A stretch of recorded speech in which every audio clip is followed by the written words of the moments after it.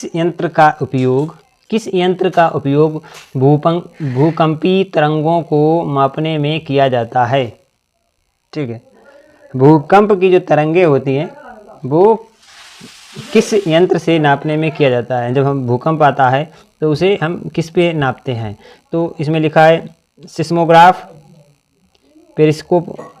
Periscope, viscometer, एक्टोमीटर। तो इसके लिए आप जानते हैं किस पे होता है? इस तरंगे जो नापी जाती हैं वो क्या होता है? इसके लिए सिस्मोग्राफ। क्या? सिस्मोग्राफ बिल्कुल राइट आंसर है। तो सिस्मोग्राफ से हम भूकंपी तरंगों को नापते हैं।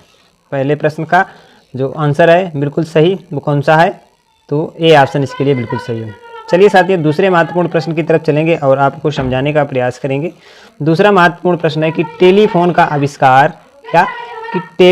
आविष्कार किसने किया था? टेलीफोन का आविष्कार किसने किया था? तो आपके ऑप्शन है J.L. बेयर्ड, ग्राहम बेल, ई टोरी सेली या पास्कल। तो इसमें जो कौन सा ऑप्शन सही है आप बताएंगे। इसके लिए बी ऑप्शन बिल्कुल सही है। टेलीफोन का आविष्कार ग्राहम बेल नामक वैज्ञानिक ने किया था। साथियों, आशा करते हैं दूसरे प्रश्न का आंसर आपको समझ में आ गया होगा। चलते हैं अगले महत्वपूर्ण प्रश्न की तरफ। और अगला महत्वपूर्ण प्रश्न है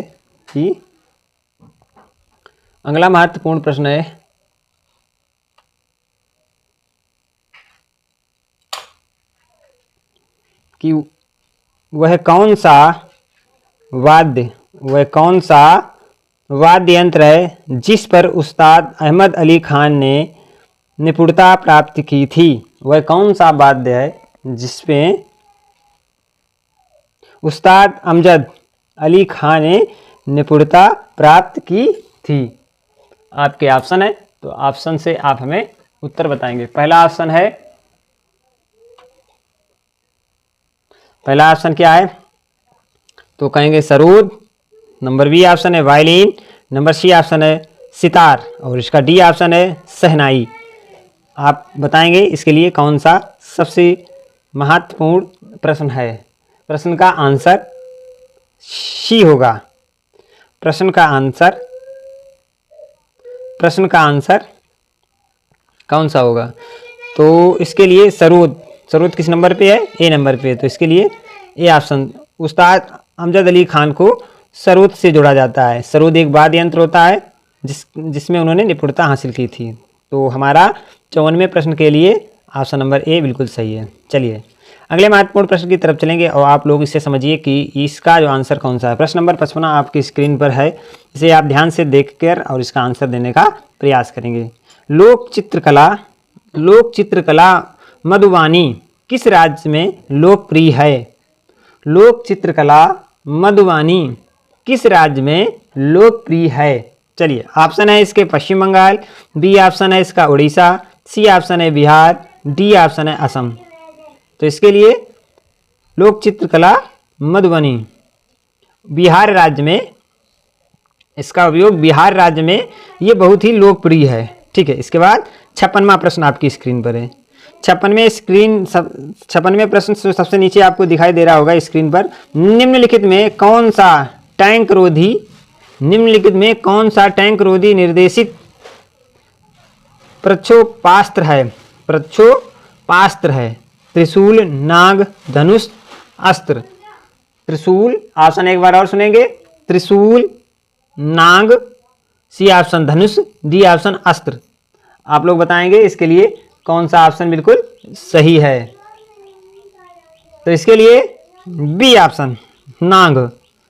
इसके लिए बी ऑप्शन नांग जो है वो टैंक रोधी निर्देशन प्रक्षोपास्त्र है। ठीक है, आशा करते हैं ये प्रश्न आपको समझ में आ रहे होंगे। यदि किसी को डाउट हो और कोई दिक्कत हो तो आप हमें कमेंट के जरिए बता भी सकते हैं।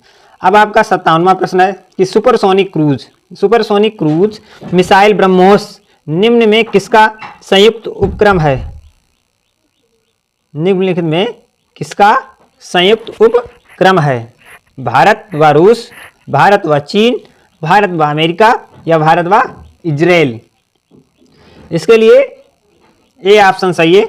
इसमें भारत व रूस सुपरसोनिक जो क्रूज मिसाइल है, सुपरसोनिक क्रूज मिसाइल है ब्रह्मोस, वो भारत और रूस ने मिलकर इसका बनाया है।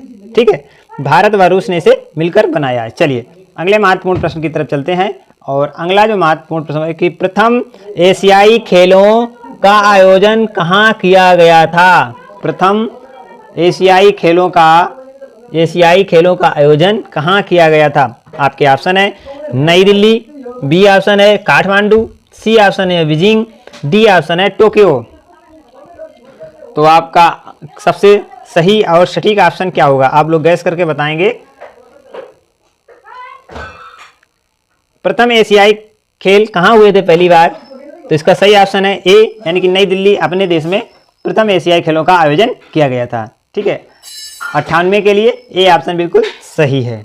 चलिए साथियों चलते हैं अगले महत्वपूर्ण प्रश्न। 59वां प्रश्न है कि इंडियन प्रीमियम लीग यानी कि जिसे हम लोग IPL के नाम से जानते हैं की शुरुआत किस वर्ष हुई थी? तो इंडियन प्रीमियम लीग IPL का जो शुभारंभ हुआ था, पहली जो श्रृंखला खेली गई थी जिसमें 8 टीमें खेली थी, 2008 में इसकी शुरुआत हुई थी। ठीक है, तो जब भी इस प्रकार का प्रश्न आपको दिखाई देगा इंडियन प्रीमियम लीग किस वर्ष खेली गई थी, तो इसके लिए ए ऑप्शन बिल्कुल सही होगा। ठीक है, चलते हैं साथियों अगले महत्वपूर्ण प्रश्न की तरफ। निम्नलिखित में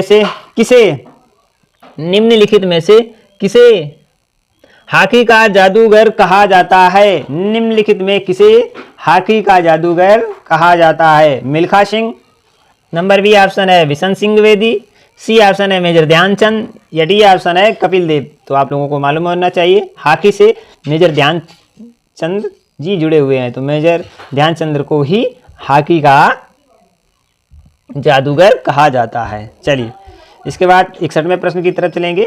सूर्य से पृथ्वी की औसत दूरी, मतलब सूर्य से पृथ्वी की औसत दूरी क्या है? तो आप लोग बताएंगे। जो आपके ऑप्शन है 150 मिलियन किलोमीटर, बी है 57.8 मिलियन किलोमीटर, डी है 222.9 मिलियन किलोमीटर, डी ऑप्शन है 778.8 मिलियन किलोमीटर। इसके लिए आपका कौन सा ऑप्शन सही है वो हमें कमेंट के जरिए बताएंगे। तो इसका 150 मिलियन किलोमीटर लगभग औसत दूरी इसकी है। ठीक, इसकी सूर्य से पृथ्वी की दूरी 150 मिलियन किलोमीटर है लगभग।